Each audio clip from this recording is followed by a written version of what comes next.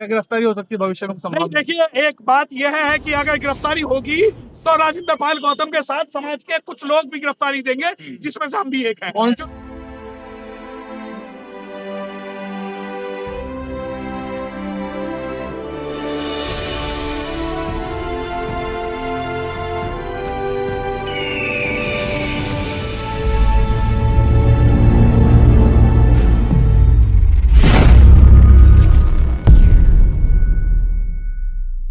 और मैं आपको ये बताना चाहता हूँ कि संविधान को बचाने के लिए और बाबा साहब तो क्या समझा जाए राजेंद्र पाल गौतम बीएसपी में जा रहे हैं, क्योंकि आप तो बीएसपी का नेता है। देखिए मैं बीएसपी का कार्य करता हूँ, लेकिन मैं उनसे कोई भी राजनीतिक नेगोशिएशन नहीं कर रहा हूँ।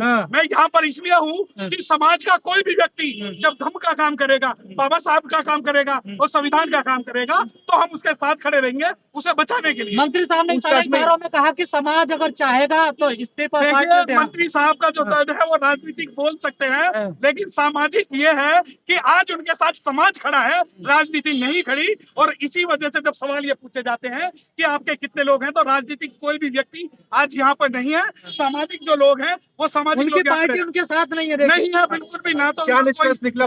मैं आपको एक बात बता देना चाहता हूँ, 13-14 इनके विधायक हैं, जिनमें से शायद 1 या 2 ने कोई ट्वीट कर दिया होगा, अदरवाइज सब उनके विरोध में है। परंतु हम अपने व्यक्तिगत लेवल पर आपको ये बताना चाह रहे हैं कि समाज को जब जरूरत है तो हम राजनीति को साइड में रख के आज यहाँ पर आए हैं, क्योंकि हमें अंदेशा था कि पुलिस कुछ भी इलीगल कर सकती है। और जब आज पुलिस ने जो 3 सवाल किए और पूछताछ की, उसका हमने डिटेल में जो जवाब है वो आपको बता दिया। क्या गिरफ्तारी हो सकती है भविष्य में नहीं, संभावना? देखिए एक बात यह है कि अगर गिरफ्तारी होगी तो राजेंद्र पाल गौतम के साथ समाज के कुछ लोग भी गिरफ्तारी देंगे, जिसमें से हम भी एक हैं। क्योंकि यहाँ पर राजेंद्र पाल गौतम का सवाल नहीं है, यहाँ सवाल है 22 प्रतिज्ञाओं का और बाबा साहब का। कौन सी धाराएं हैं, कौन सी वायलेशन क्या हुआ है? देखिए धाराएं और वायलेशन कोई नहीं है।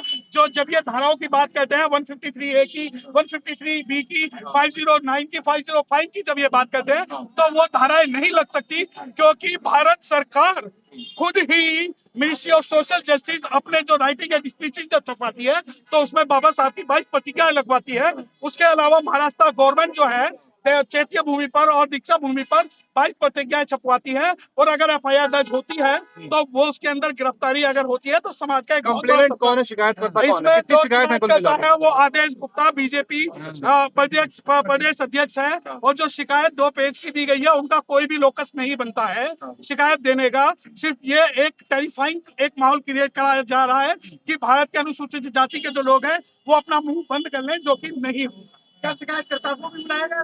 नहीं, शिकायतकर्ता को नहीं बुलाया गया। लेकिन मैं आपको बताना चाहता हूँ कि आज जो राजेंद्र पाल गौतम को जो नोटिस दिया गया था वो 12 बजे नोटिस दिया गया था, जबकि मीडिया में कल से ही सर्कुलेट हो गया था। और आज 12 बजे देने के बाद में 2 बजे की टाइमिंग दी गई। फिर 2 बजे से सीनियर ऑफिसर से इन्होंने डिस्कशन करके बयान नोट किए गए। और हमारा यह ऑब्जेक्शन था कि बिना FIR किए हुए आप उनको नहीं बुला सकते, तो अगर पुलिस करेगी तो कल FIR दर्ज करेगी। फर्दर बुलाएंगे आगे? बिल्कुल।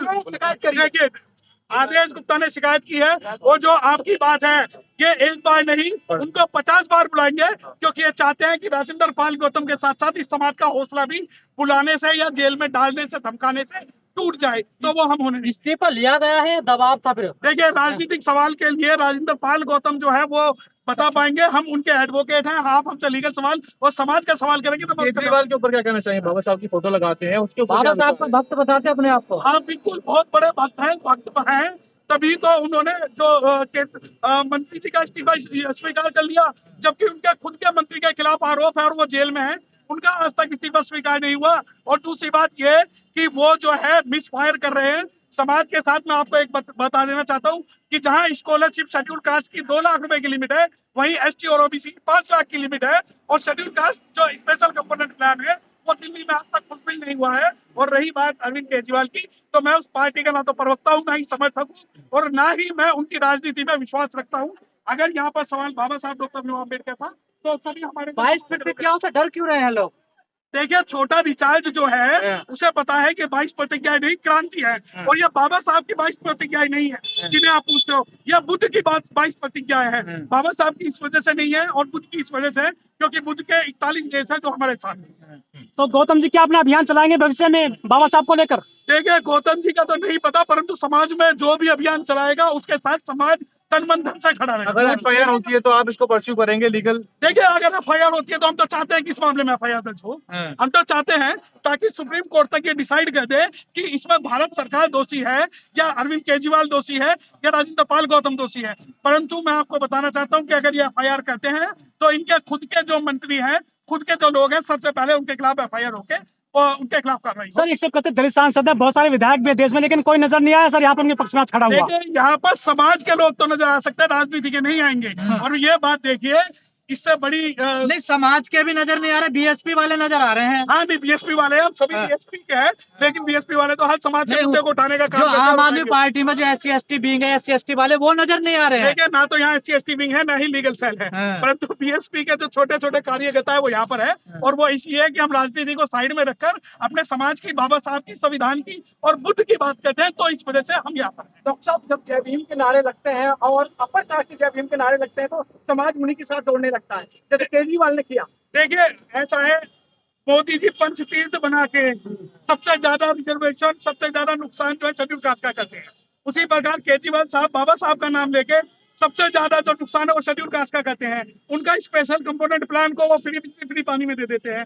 उनके लिए जो भी चीजें होती हैं जो शेड्यूल कास्ट के फेवर के लिए, मैं आपको एक बात बता देना चाहता हूँ कि अभी तक schedule tribe prevention of atrocity act के अंदर में मिलने वाली जो कंपनसेशन अमाउंट है उसको सरकार ने रिलीज तक नहीं किया है। सर ये जो घटना सर हुई है गौतम साहब के साथ में, इससे आने वाले चुनाव में क्या असर पड़ेगा, दलित किधर जाएगा? देखिए, ये राजेंद्र पाल गौतम अकेले ऐसे नहीं है जिनके साथ ये हुआ है। उनकी पार्टियों में रहकर जो भी बोलेगा और बाबा साहब की बात करेगा, भगवान बुद्ध के साथ की बात करेगा, उन सभी के साथ ऐसा ही होता है। चलिए, ठीक है।